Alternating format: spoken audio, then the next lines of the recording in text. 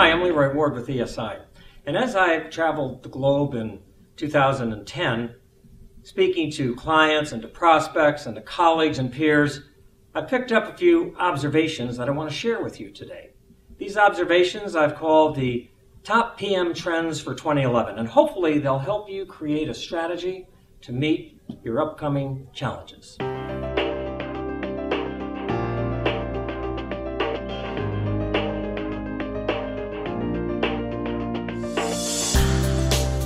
Leadership skills, clearly number one for 2011.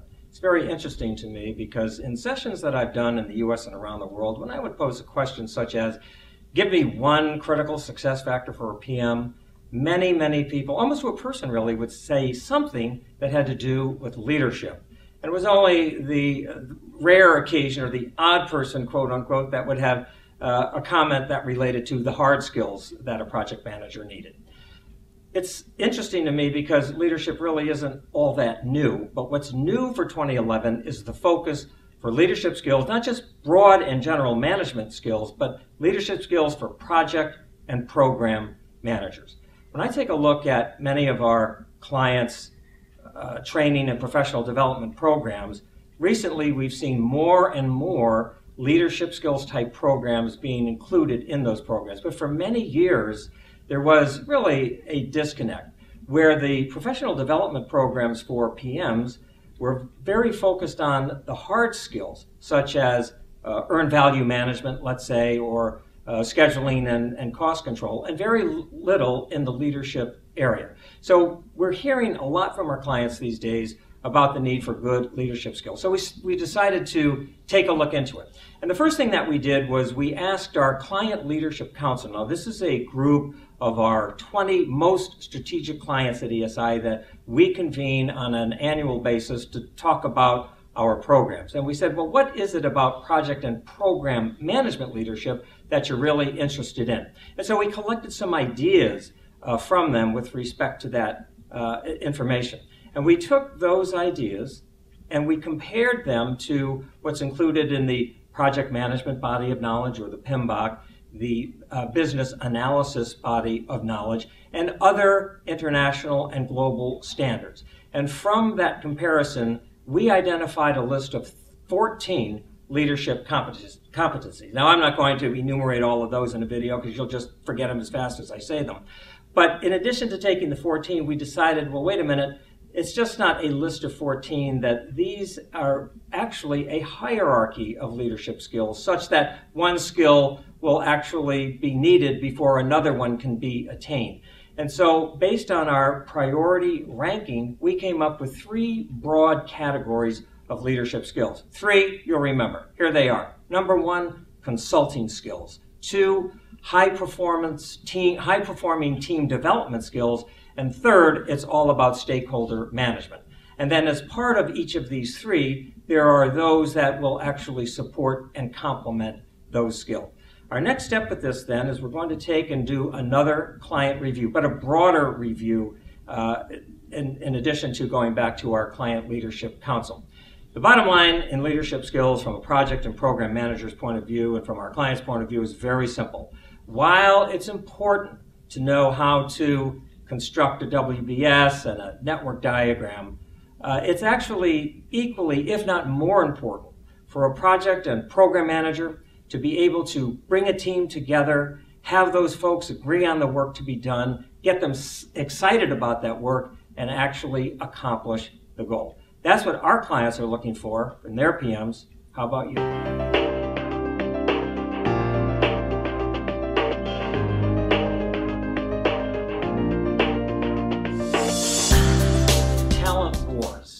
Oxymoron or reality? It really is reality. Even in a world which is suffering through a global recession and employment in the United States up around the 9% mark, good, experienced project managers can still find work. Our view at ESI is global. It's just not focused on one geography because we are literally all over the world. And from a global perspective, the picture is actually mixed. But even in geographies that are suffering high unemployment, if you have some good experience, a senior level PM, you are in demand. Why do I say this? Because of what I see. conferences I attend, PMI, for example, would be a perfect example of this. I see large corporations and government agencies having exhibitions and tables there, actually looking for senior project managers. So savvy talent managers and hiring managers within our clients as well as organizations around the world know that to keep an eye out for good folks. In particular, India and China come immediately to mind, places I've traveled many times. They can't find enough good project managers.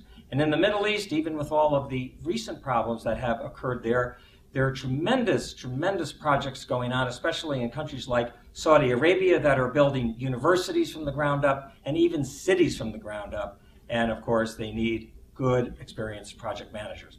Now, this does someone little good who lives in Seattle, who can't sell their house, and even if they could sell their house, they would take a loss. And I realize it's very difficult to just pick up and move halfway around the world for a job. But I just wanted to give you an idea and an understanding that it's not the same around the world. PMI commissioned a study a few years back by the Anderson Economic Group, where that study showed that in 2006, there were approximately 25 million people participating in project-oriented work. And they projected that by the year 2016, there would be a need for 32 million people in project-oriented work. That is a growth rate of 1.2 million jobs a year. Let's say they overstate it by 50%. Still, that's plenty of job growth. Now, if you have good, solid project managers working for you, savvy talent manager will know they're going to try to do everything they can to keep that person. Otherwise, you're going to be spending a lot of time and money finding their replacements.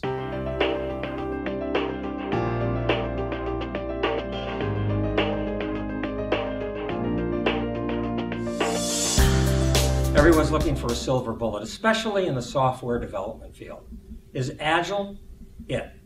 Only time will tell. Look, there's no industry better at hyping something than the IT industry. Just the other day, I received an email from a provider of Agile services claiming and representing that I was going to save millions if I used their proprietary methodology as it related to Agile.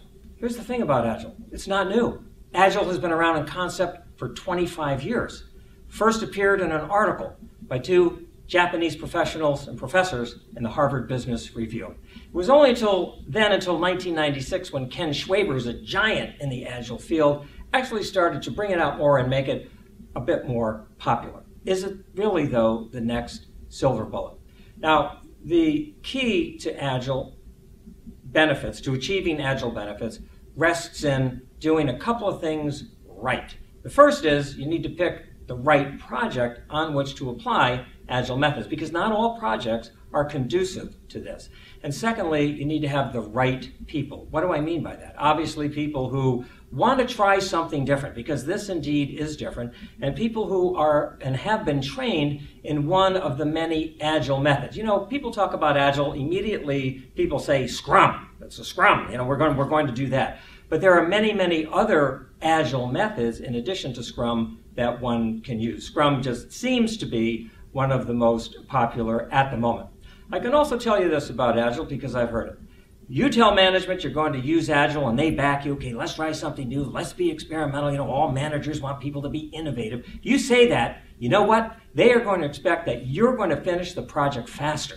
Faster. Is that really true? Or is Agile really something to apply so that we have a better result? We have a higher quality result. In fact, we produce a project that conforms more to the user's requirements than if we hadn't used Agile at all.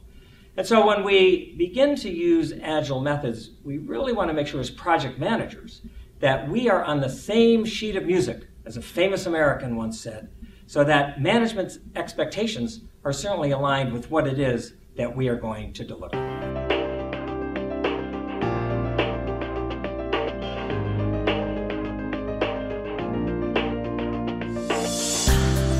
For 2011, it's all about being competent. And hey, who doesn't want to have competent people? It's really about competency models. Several weeks ago, I spoke at a NASA conference attended by more than 1,000 project, program, and systems engineering professionals. As you can imagine, NASA has a very strong culture in project management built up over many, many years of practice. And the foundation of that culture and professional development rests with their very strong competency models. Now, large and mature organizations, especially here in the US as well as in Western Europe, have used competency models for many, many years for all kinds of professions. But what is new and growing for 2011 is that many, many more organizations globally are starting to think about, develop, and use competency models. And as project and program management become more widely recognized around the world as being critical to the success of implementing strategies for organizations, they're going to need such models in order to develop their project and program managers. Ron Kempf, former head of competency development for HP Services, once told me that he was able to recruit really good people because HP had a very strong competency model for project managers. That competency model was integrated into a career path. And so when these prospective employees looked at HP, they said, here's an organization who gets it. Here's an organization where project management is just not a role, it's in fact a discipline. And that was all based on using competency models, as well as some other things, of course. Now, there are quite a few generic project management competency models available. However, program management, being the different discipline that it really is, does not have that. And that's why Ginger Levin, longtime colleague of mine and friend of ESI's, she and I wrote a book called Program Management, a Complexity Model, in which we identify competencies for program managers working on very complex programs. This book is going to be published by Taylor and Francis in April of 2011. If you're in the program management field and you need to accelerate your beginnings in developing a competency model, may I suggest you at least take a look at it.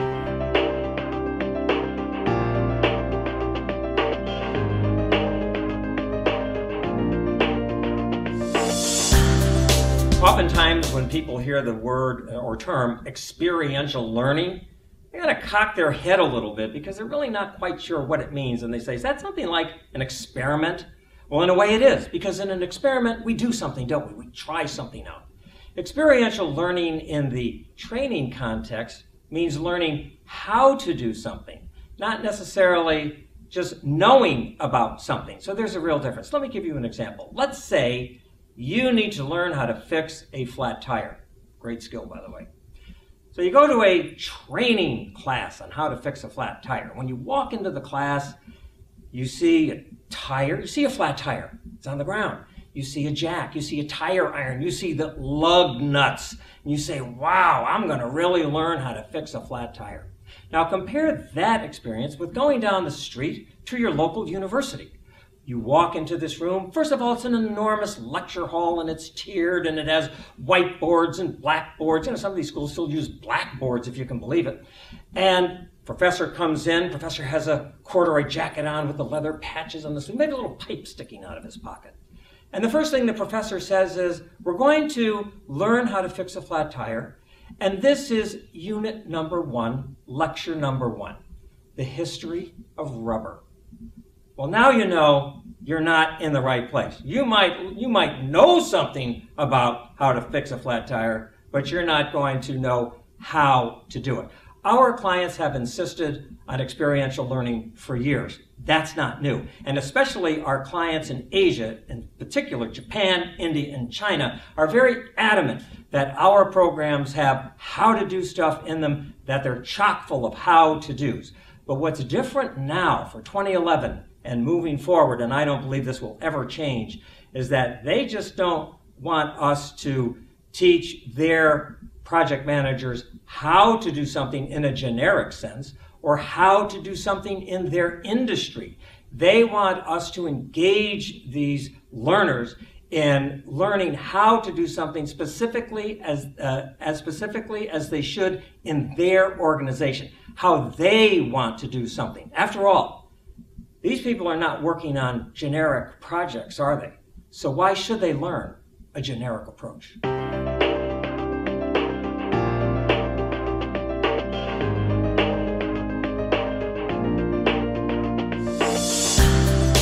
ever watch a group of kids play a game of pickup basketball? They look like they're having a blast. And guess what? There's no coach there. There's no adults there. It's just them. What are they doing? They're having fun. But in the fun that they're having, they're learning, and they're learning a lot. They're teaching themselves how to play, and they're watching other people and learning from them how to play as well. Then they might go get some structured learning along the way, but then come back to that court and play endless hours of a great game, learning by themselves. That is pure informal learning. In the training context, informal learning is described as having many forms. For example, people read books, they'll do self-study, they might have performance support systems or community of practice, or many other kinds of resources that are available to them.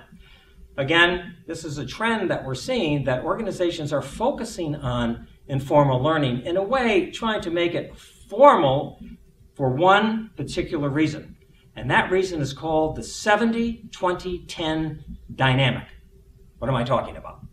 Well, 70-20-10 means this, that 10% of all of the learning that you will do will be formal, structured learning. 20% of the learning that you'll have will be from a friend, a peer, a coach, a boss, someone you know you'll seek their advice. But a whopping 70% of everything that you will learn is informal learning. You're basically learning it on your own using a lot of different sources. But when we take a look at the budgets for training that organizations have, they put most, if not all, of their budget into the 10%, and there's nothing left for the 20 and the 70, which is where most of the learning is actually taking place. So enlightened organizations are starting to look at this 70%.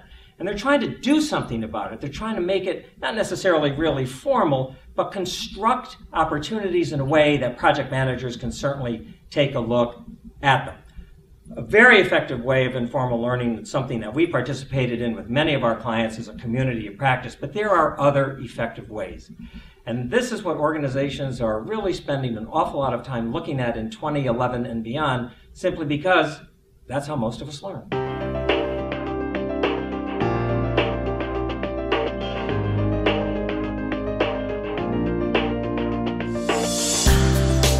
This is a trend I am really glad to see happening for 2011.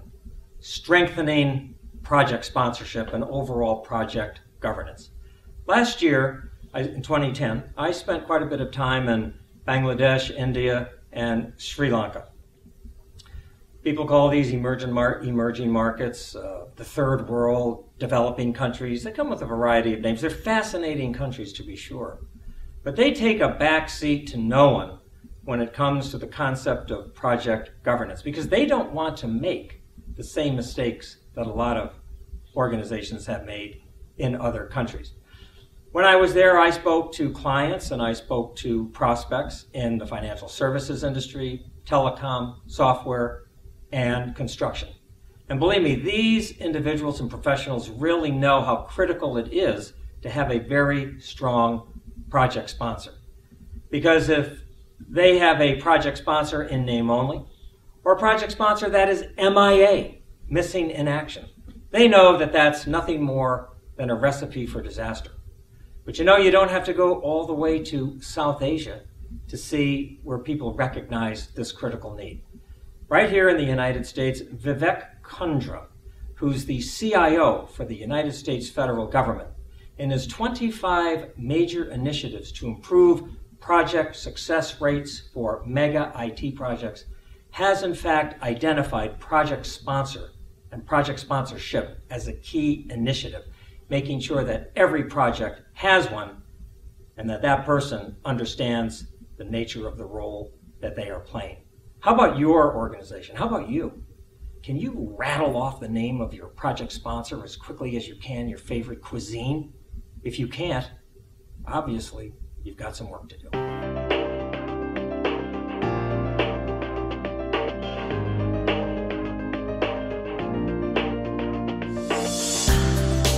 Outsourcing, been around a very long time. What's with outsourcing in 2011? Bottom line is, so long as companies continue to save money doing it, they'll continue to do it. Last year, in 2011, ESI conducted a global survey on outsourcing and specifically looking at the risks associated with it. Our findings were revealing, but not really altogether surprising. We wrote a white paper on our findings, which you can find on ESI's website under the Resources tab. Our key finding was this: organizations primarily do outsourcing to save money. Oh, sure, there are plenty of other good and valid reasons to do it, but the key reason why they do it, according to our global survey, was that they continue to save money. And they're going to keep doing that so long as there's money to be saved. But think of it this way: if an organization is not prepared, if they're not prepared for the risks of outsourcing, if they're not prepared to deal with the risks as they occur, then the savings they think they're going to earn may be totally wiped out. Look at the events in the Middle East recently. These are a very sober reminder, are they not, of the instability in the world. So to help our clients deal with outsourcing, I did a webinar entitled 5 Ways to Reduce Risk in Outsourcing, which can also be found on our website. Because the better we are at outsourcing, the better we are at identifying and dealing with risks, the more money, in fact, we're going to save.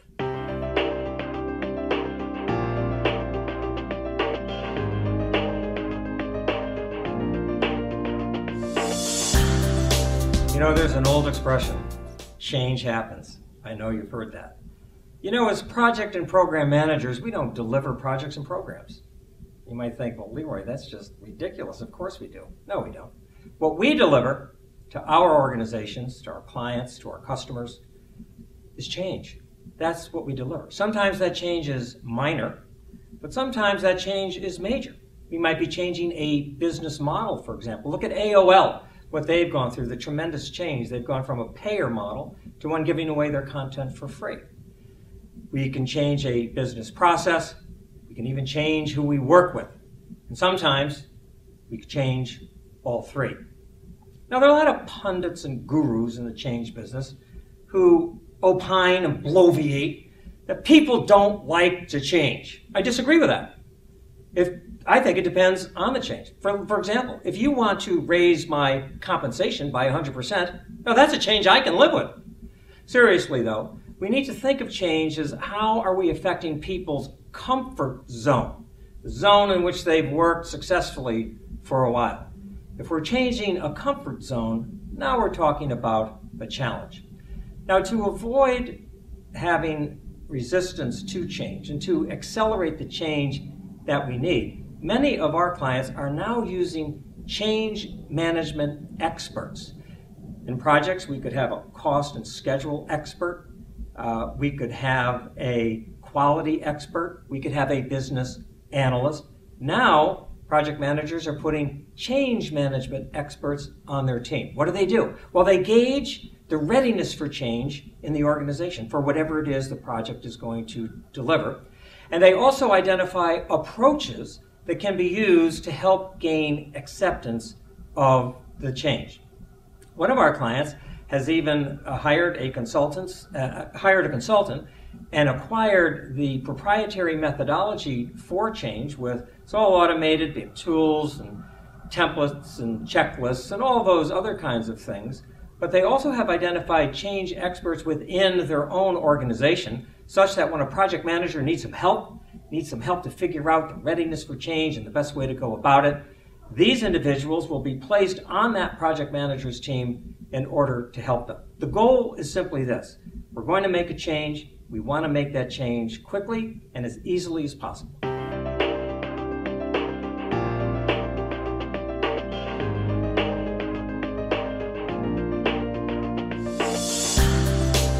The PMP, the Project Management Professional. In August of 1990, there were only 431 PMPs. Yet by the end of January of this year, 2011, there were almost 418,000. You know what percentage increase that is? 97,000%. I bet your 401k didn't do that, did it? Now, this is great, and the PMP is recognized around the world, and it is the most highly desired credential in project management on the planet. What's happening, though, is hiring managers are saying, I need people with just more than the PMP. Now, look, the PMP was never designed as a replacement for someone who is highly experienced and knows how to do something. The PMP is a recognition of someone's good experience.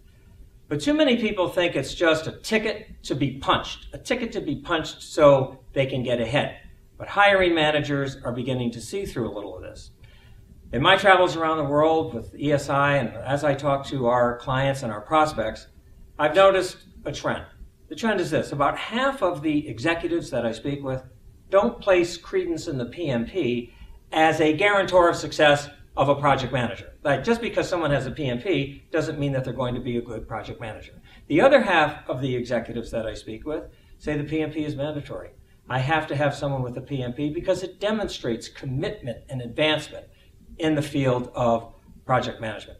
So what happens then is, when interviewing for a project manager, it becomes very critical to ask all of the right questions to make sure that the individual has demonstrated capability in doing projects successfully.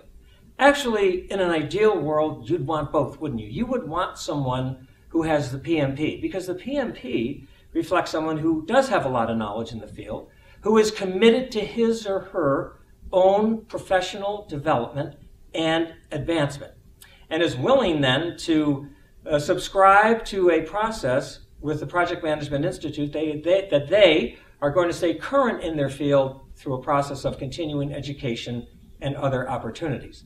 Yet you want someone with experience, hardcore experience, because that person is going to bring you good practical approaches to doing work. They'll be pragmatic, and they'll also be realistic. If we can take someone who has the qualities in a PMP and someone who has all the great qualities of an individual who's highly experienced, and we put that together, can you imagine how strong that would be? I'm a PMP, and I'm very proud of it, and I know others are as well. But organizations today are looking beyond that. They want to make sure we as project managers know how to do something, because in the end, project success means we're getting our job accomplished.